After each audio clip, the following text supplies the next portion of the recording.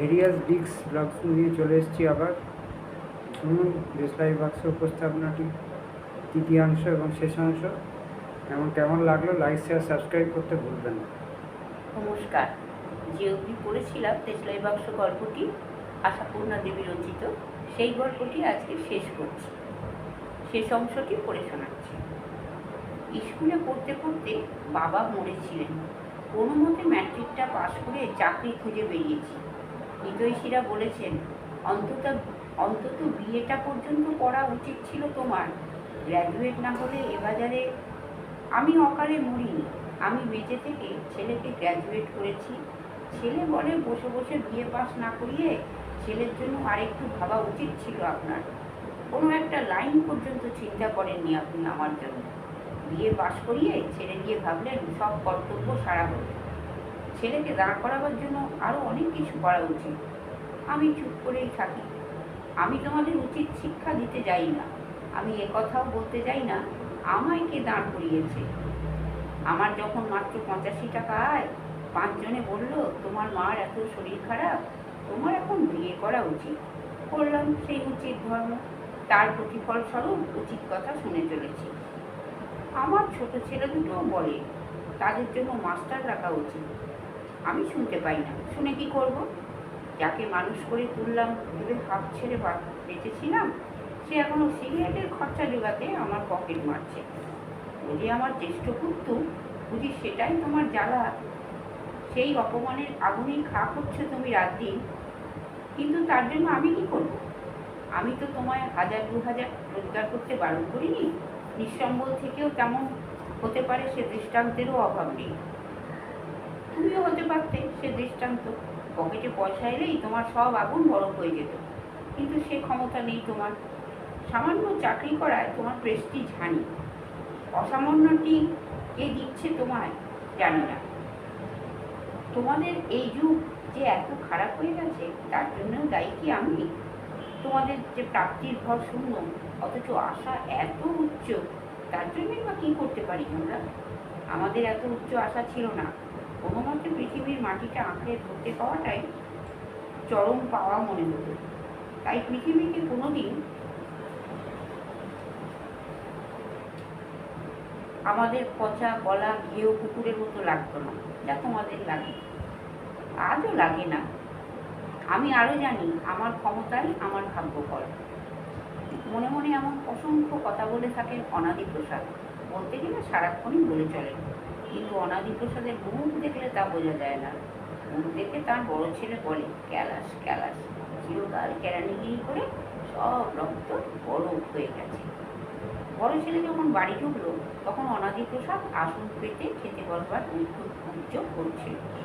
বসে পড়েননি, ছেলে দুটো পরীক্ষা দিতে যাচ্ছে বলে। বাপকে প্রণাম করে বেরোবে, যেমন সমীরও বেরোতো।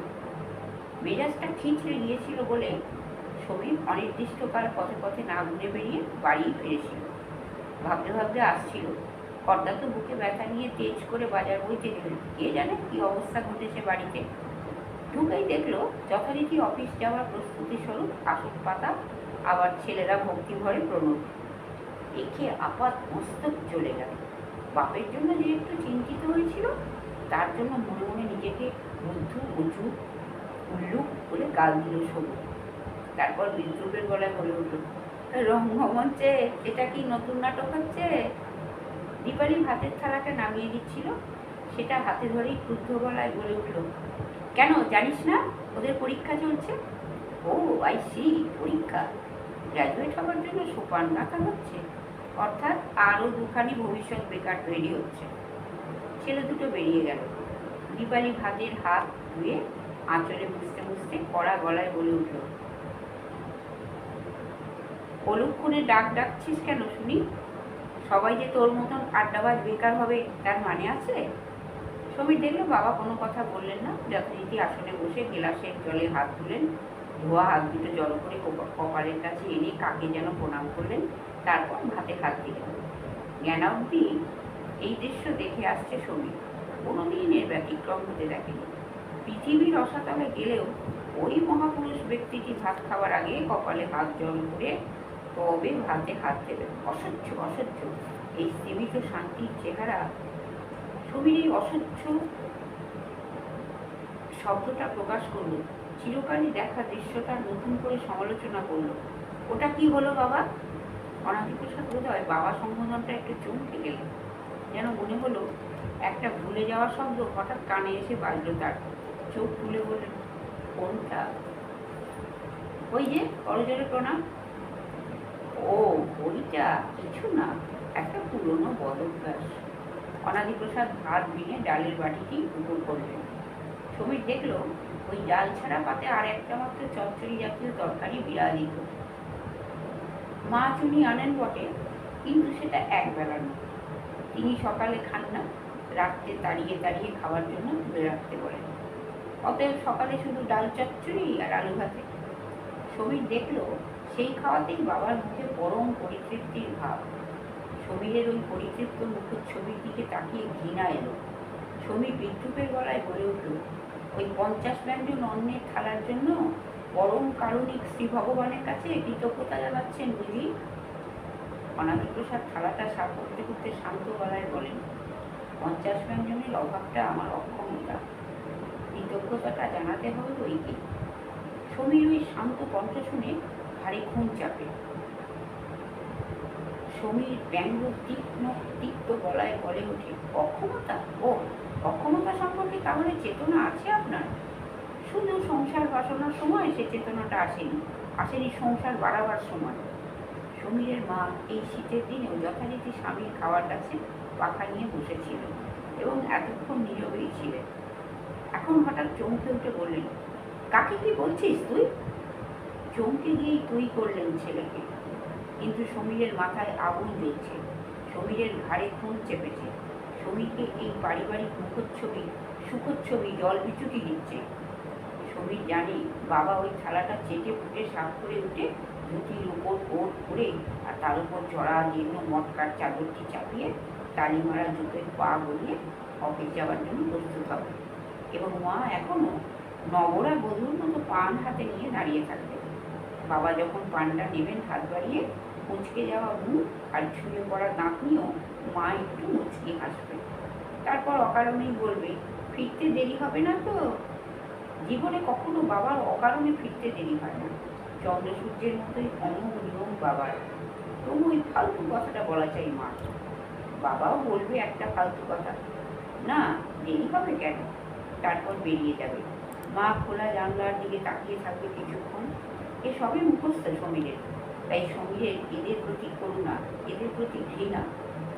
এখন সমীর সেই ঘৃণা আর খুন চাপা গলায় বলে উঠল, ঠিকই বলছি ক্ষমতার পরিমাণ সম্পর্কে যখন জ্ঞান এত টনটনে, তখন গোটা 4-5 ছেলে মেয়েকে পৃথিবীতে আনবার অধিকার ছিল না ওর? ভালোভাবে মানুষ করবার ক্ষমতা না থাকলে? অনাদিপ্রসাদ জলের গ্লাসটার জলটুকু পর্যন্ত নিঃশেষ করে রোয়াক থেকে উঠোনে নেমে আঁচাতে লাগলেন। সমীরের মা ক্রুদ্ধ গলায় বললেন, খারাপই বা কি করেছেন শুনি? বিয়ে পাশ করিয়েছেন তোমাকে। ও তাই বটে, তাহলে তো অনেক করেছেন, কিন্তু ও দুটোকে বোধহয় তাও পেরে উঠবেন না, যারা ঘটা করে ক্লাসে ওঠার পরীক্ষা দিতে গেল। ওদের বিয়ে পাশ করবার আগে পৃথিবীর দেনা চুকিয়ে বসবেন খুব সম্ভব। তারপর কি হবে ওদের? আমি বলবো এ হচ্ছে পাপ, অসংযম, চরিত্রহীনতারই নামান্তর। বলে ফেলে অবশ্য চুপ করে গেল সমীর। হয়তো এতটা বলবার ইচ্ছে ছিল না তার, কিন্তু মাথায় খুন চাপলে কি জ্ঞান থাকে? আঘাতটা কত জোর হলো, জোর একটু বেশি হয়ে গেছে বই কি। সমীরের মার চিৎকারেই সেটা মালুম হলো। আচমকা মাথায় থান ইট লাগার মতো চেঁচিয়ে উঠলেন, কি বললি? এত বড় কথাটা বললি তুই ওকে? বলি, ও গো, ছেলের এত বড় কথা শুনে চুপ করে থাকবে তুমি? কিছু বলবে না ওকে? অনাদিপ্রসাদ আঁচিয়ে এসে দড়িতে টাঙানো গামছাখানা টেনে নিয়ে হাত মুছলেন। অভ্যস্ত নিয়মে প্রত্যেকটি আঙুল শুকনো করে মুছতে মুছতে বললেন, কি আর বলবো বলো, নিজের লজ্জাতেই মরে আছি ওর কাছে। লজ্জা? ওর কাছে তোমার লজ্জা? সমীরের মা বিস্ময়ের আকুল স্রোতে ভাসেন। অনাদিপ্রসাদ গামছাটি পরিবারটি পার করে ফের দড়িতে ঝুলিয়ে রেখে বলেন, তা লজ্জা করি কি? ও জোয়ান ছেলে, গ্র্যাজুয়েট ছেলে, এইভাবে ফ্যা ফ্যা করে বেড়াচ্ছে, আর আমি একটা মূর্খ এখন ওই 61 বছর বয়সেও বেলা 9টায় অফিসের ভাতটি খেয়ে 10টা পর্যন্ত অফিস করছি, 10টা 5টা অফিস করছি। এতে ওর কাছে আমার মাথা কাটা যায় না? বুঝি তো ওর জ্বালা। অনাদিপ্রসাদ ধুতির ওপর কোটটি চাপিয়ে তার উপর জড়া জীর্ণ মটকার চাদরটি ছড়িয়ে তালিমারা দুটোই পা গলিয়ে বেরিয়ে যান, যেন সমীর নামের মানুষটাকে নস্যাৎ করে দিয়ে।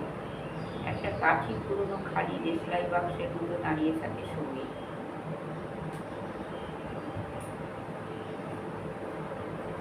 শুনলেন